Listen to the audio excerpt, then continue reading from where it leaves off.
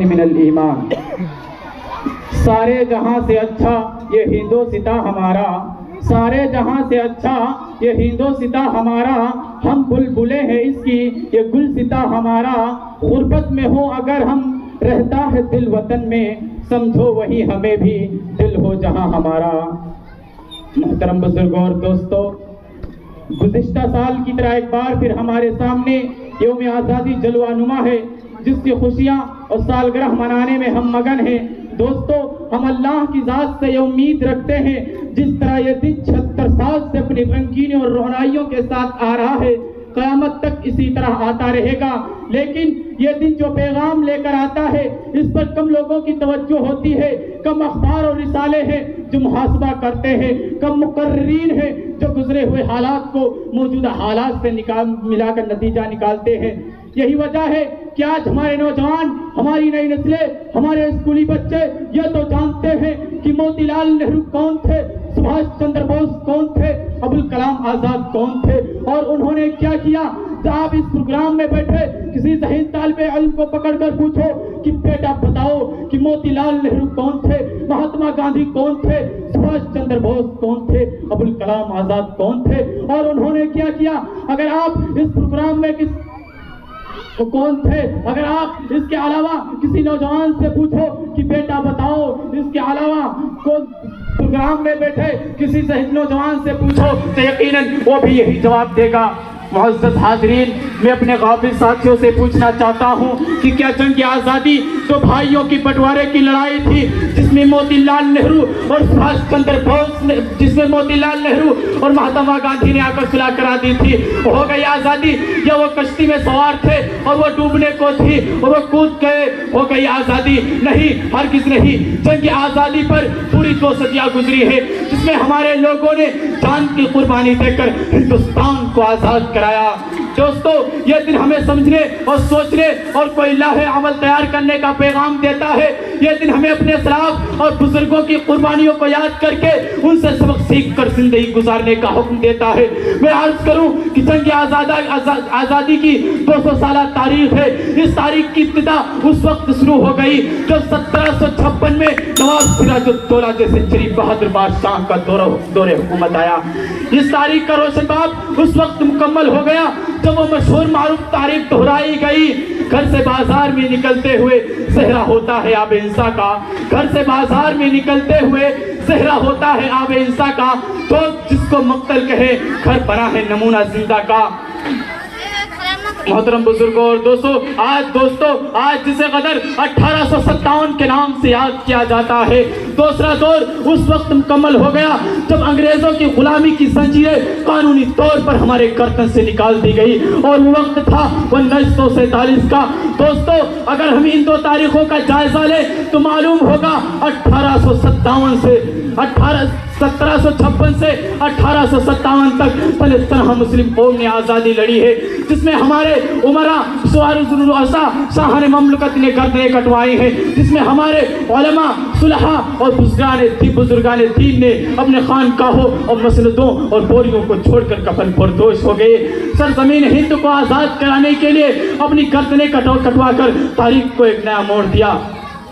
یہ 1 صدی کی تاریخ بے نظیر بے روز قربانیوں سے بھری پڑی ہے جسے کبھی بھلایا نہیں جا سکتا، خصوصاً اس حساس، بلند ہمت، بالغ نظر، دور اندیش بہادر بادشاہ جس کو ٹیپو سلطان کہا جاتا ہے.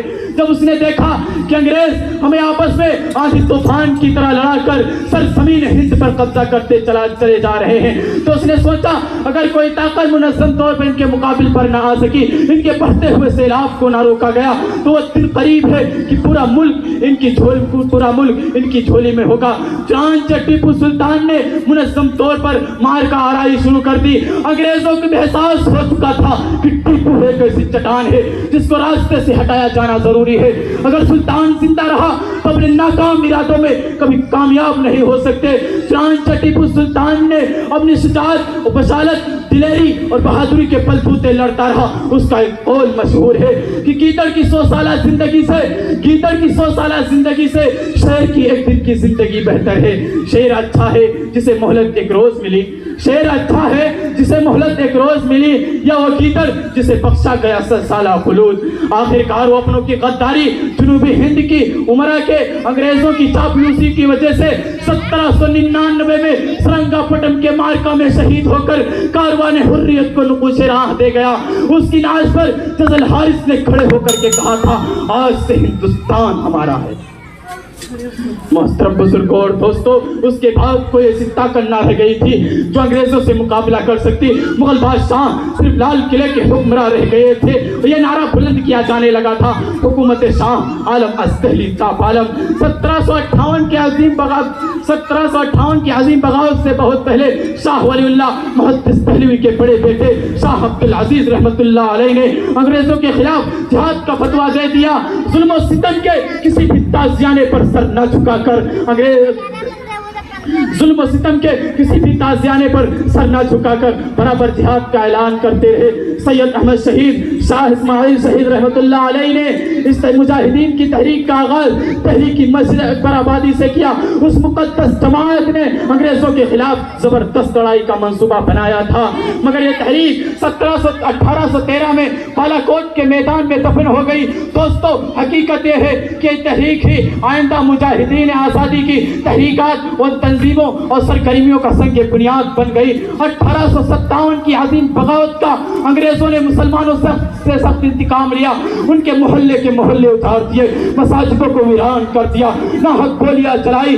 دہلی کا چاندنی چوک ہی نہیں بلکہ ہر ایک چوراہے پر سولیاں نصب کر دی گئی۔ باہر دہلی اور دہلی کے باہر درختوں پر پھانسی کے پھندے نصب کر دیے گئے۔ دوستو، مسلمانوں کو انگریز پکڑ کر ہاتھی پر بیٹھا کر پھانسی کے پھندے کو گلے میں ڈال کر ہاتھی کو چلا دیا جاتا، یہاں تک کہ ان کی لاش جھول جاتی، آنکھیں اوپر پڑتی، تڑپ تڑپ کر دوہری ہو جاتی۔ کتنا دلدوز منظر تھا کہ انگریز مسلمانوں کو پکڑ کر بوریوں میں باندھ کر توپ کے سامنے لٹکا دیتا اور پھر توپ کو داغ دیا جاتا، یہاں تک کہ ان کے جسم کاغذوں کے پرزوں کی طرح اڑ جاتے۔ شاہ ظفر پر بغاوت کے جرم میں مقدمہ چلایا گیا، مجرم قرار دے کر ان کو جلا وطن کر دیا گیا۔ تاریخ نے وہ منظر بھی دیکھا ہے کہ ان کے چہتے صاحبزادے مرزا مغل، مرزا حضرت سلطان، مرزا ابو بکر، مرزا عبداللہ کو قتل کر کے ان کے سر کو تشتری میں رکھ کر بادشاہ کے سامنے جب پیش کیا گیا تو بادشاہ نے کہا، الحمدللہ تیمور کی اولاد ایسے ہی باپ کے سامنے سرخرو ہو کر آیا کرتی ہے۔ اس عظیم مجاہد کو اس وطن میں دفن کے لیے زمین بھی نہ مل سکی۔ کتنا ہے بد نصیب ظفر دفن کے لیے، کتنا ہے بد نصیب ظفر دفن کے لیے، تو گز زمین بھی نہ مل سکی کوئی یار میں۔ دوستو، یہی وہ قوم ہے جس نے سب سے پہلے آزادی کا بھول بجایا، جس نے مختلف تحریکوں کو جنم دیا، جس کے مجاہدین ہند بیرون ہند میں آزادی کے لیے ناقابل فراموش دوڑ دھوپ کی۔ یہی وجہ ہے آج انگریز ہمیں آزادی کے نعرے کا زیادہ بدلہ لیتے رہے، کیونکہ ملک مسلمانوں سے چھینا گیا تھا، پھر وطن سے اس کے ایمان کا ایک حصہ ہے، اس لیے ان سے جد و جہد لازمی اور ضروری تھی۔ ان کے ملبوسات کو پاؤں کے تلے روند ڈالا۔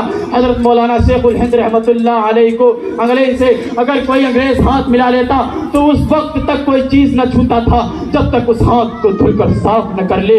انگریز خود کہتا تھا، اگر اس محمود الحسن کو جلا کر راکھ کر دیا جائے، اس کے بعد اس کی راکھ کو سوکھا جائے، تب انگریز سامراج کے خلاف بھی بو آئے گی۔ انہیں شیخ الہند رحمت اللہ علیہ کو مالدار کے زندان خانوں میں وہ دردناک سزائیں دی گئی کہ ان کے بیان سے بدن لرزتا ہے، آنکھیں روتی ہے۔ حضرت مولانا شیخ الہند رحمت اللہ علیہ کے انتقال کے بعد جب انہیں غسل کے لیے تخت پر لٹایا گیا تو دیکھنے والے حیرت زدہ تھے کہ گوشت نام کی کمر پر کوئی چیز نہیں، ہڈیاں باقی ہے۔ حضرت مولانا حسین احمد مدنی رحمت اللہ علیہ سے معلوم کیا گیا کہ کیا واقعہ ہے۔ مولانا حسین احمد مدنی رحمت اللہ علیہ کی آنکھیں اشکبار ہو گئی اور فرمایا، اے لوگوں، میرے شیخ نے مجھے منع فرمایا تھا کس کا کسی سے ذکر نہ کرنا۔ اے لوگوں، مالدار کے زندان خانوں میں انگریز ہمارے شیخ کے قبر مبارک کو لوہے کے گرم سلاخوں سے چاپتا تھا، یہاں تک کہ گوشت نام کی کوئی چیز نہ رہ گئی۔ حضرت مولانا یحییٰ علی، مولانا جعفر علی تھانیسری، مولانا محمد شفیع لاہوری رحمت اللہ علیہ کو انگریز عدالت نے پھانسی کا حکم دیا. جج نے کہا کل تمہیں پھانسی کی سزا دی جائے گی اور تمہاری جائیداد بھی ضبط کر لی جائے گی اور تمہاری لاش تمہارے وارثوں کو بھی نہیں دی جائے گی بلکہ نہایت ذلت کے ساتھ گورستان جیل میں گاڑ دی جائے گی. میں تمہیں پھانسی پر لٹکا دیکھ کر بہت خوش ہوگا. دوستو آپ کو یہ بات سن کر حیرت ہوگی. وہ تینوں مسلمانوں نے یہ سزا سن کر مسکرا دیے. ان کے چہرے کھل اٹھے, مسرت ان کے چہرے پر رقص کرنے لگی. انگریز حیران تھا کہ کم وقت نہ تو پریشان ہے نہ مضطرب. ایک انگریز حیران تھا, ایک کم وقت نہ تو پریشان ہے نہ مضطرب. انگریز مجتہد نے اپنی بات کو دہرایا. شاید سمجھ نہ پائے ہو. انہوں نے کہا الحمدللہ, تمہیں شہادت کی لذت کی کیا خبر. ظہور ہمارے لیے فرض راہ ہے, بہشت فرید ہمارے لیے منتظر ہے. شہادت ہے مطلوب مقصود مومن, شہادت ہے مطلوب مقصود مومن, نہ مال غنیمت نہ کشور کشائی. وآخر دعوانا الحمدللہ رب العالمین. بہت خوب ماشاءاللہ.